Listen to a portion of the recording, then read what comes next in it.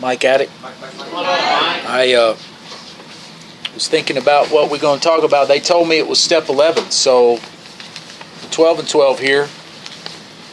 And it talks here on step 11, sought through prayer and medication. Oh, excuse me, I'm sorry. Must be a Freudian slip.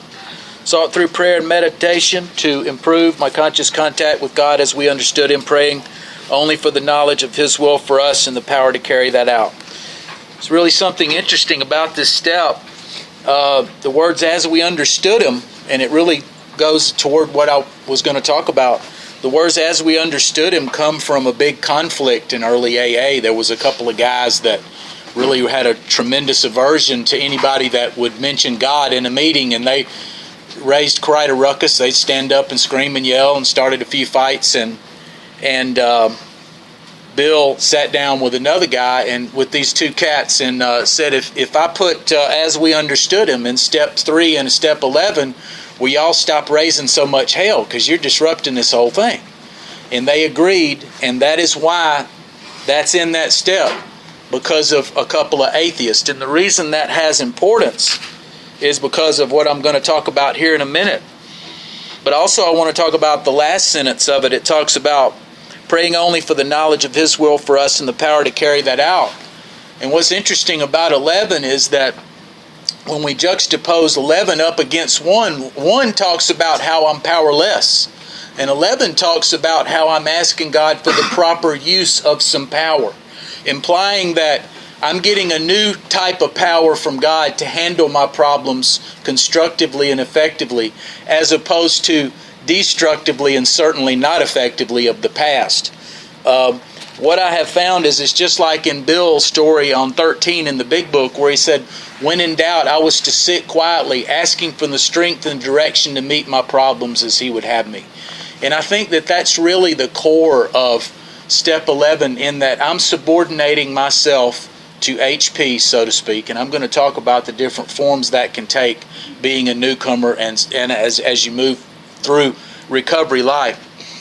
Subordinating myself to HP and just sitting quietly and really getting in touch with that little voice that was always there all along. And I'm sure that many people in here can relate to maybe something traumatic happened, but before you did it, there was a little voice that said, "Hey, Mike, that ain't a good idea. I don't think I'd do that." Mine was, I actually was contemplating breaking in a house to get some money, to get some more stuff. And a little voice said, "Mike, this is stupid. Don't do this." But I did it anyway. Okay, so that little voice is what we're trying to get in touch with, which means I had the fundamental idea of right and wrong that's always been with me. I always heard it, but I pushed it aside and listened to that larger voice. And what recovery really is, via the vehicle of 11, is getting in touch with that little voice, feeding the spiritual part of my life more. And it's just like having two puppies. The one that I feed the most is the one that gets bigger. So lo and behold, I start being able to hear that fundamental idea of right and wrong to meet my problems as He would have me more readily. I can hear it better.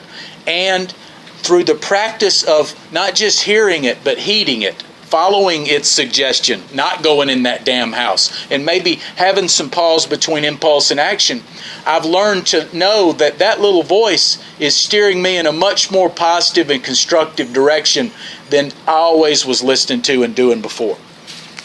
I want to talk about just read one sentence, and then I want to go back in the 12 and 12 and read something that sort of defines something that's often misunderstood. And if you are like me, you wonder, why did they call that chapter "We Agnostics" in the book, even after they had worked the steps and recovered? Well, this is going to explain that. It talks about here, prayer and meditation are one of our principal means of conscious contact with God. And that really is what I just got through describing. Listening. Praying simple prayers.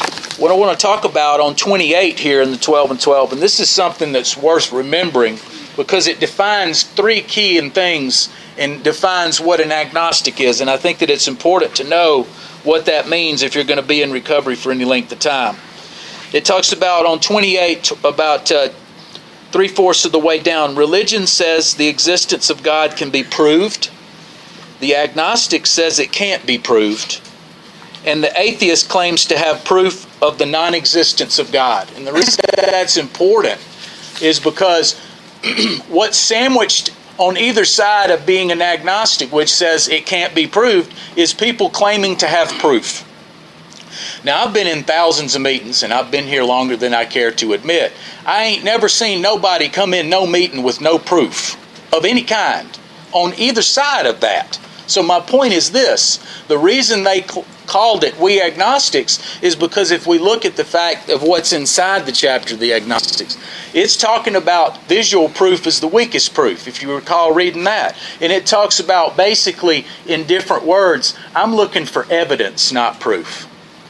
And I believe that that is the essence of the benefits of step 11, starting off with simple prayers and starting to look for the evidence that He's working in my life. And I believe you me, I can look for something to be upset about and look for something to be wrong, but if I practice looking for something that's right and looking for something that's positive and looking for something to be happy about, I also can find that. And I'm going to tell you that recovery life is much more palatable, if you will, if I'm trying to practice looking for something to be happy about, because I wouldn't be after this length of time if I was still looking and life sucked. I just wouldn't be here this long.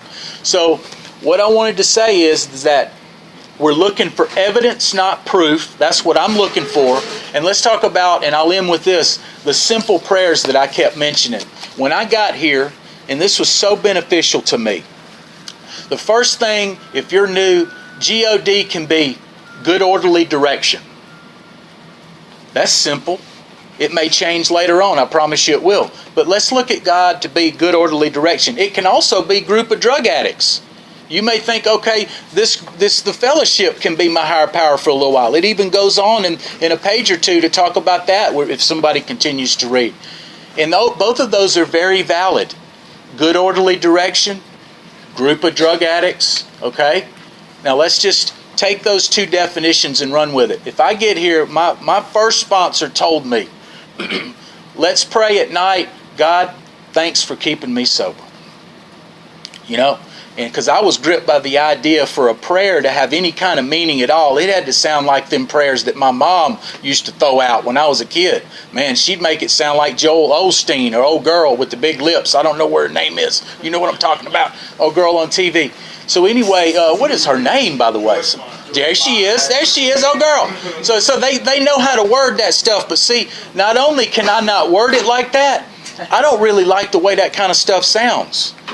That's why they call the big book the drunk man's Bible, because they speak in terms I can understand. And I can understand saying, God help keep me sober. And in the morning, I say, God help keep me sober. At night, I say, God, thanks for keeping me sober. He told me to start simple. So if you're new, please start simple and realize that the voice has always been there, that the distance that we're asking in the steps for you to go is not that far, because it's always been there. And let's take a look at the fact that step 12 says, having had a spiritual awakening as the result of these steps, what it says is that whatever was there, it was just asleep. And these steps help to awaken what was already there. So step 11 doesn't have to be scary. Remember, we're not looking for proof, we're looking for evidence. We're looking for a momentary subordination to God of whatever your definition is, to get that strength and direction to meet my problems as He would have me. And I have found that however falteringly, in fair weather or foul, if I try to do these things in its simplest form, they seem to work better. I can get off into advanced AA and, people that can quote the book. I'm not good at that kind of thing. But, I'm going to leave it to some of those folks. But the thing about it is that I need to really keep this simple, man. And if you're new, keep it simple, and I promise you won't go wrong, and you will go far in here. And I'm just going to turn it over to y'all, and I really appreciate it.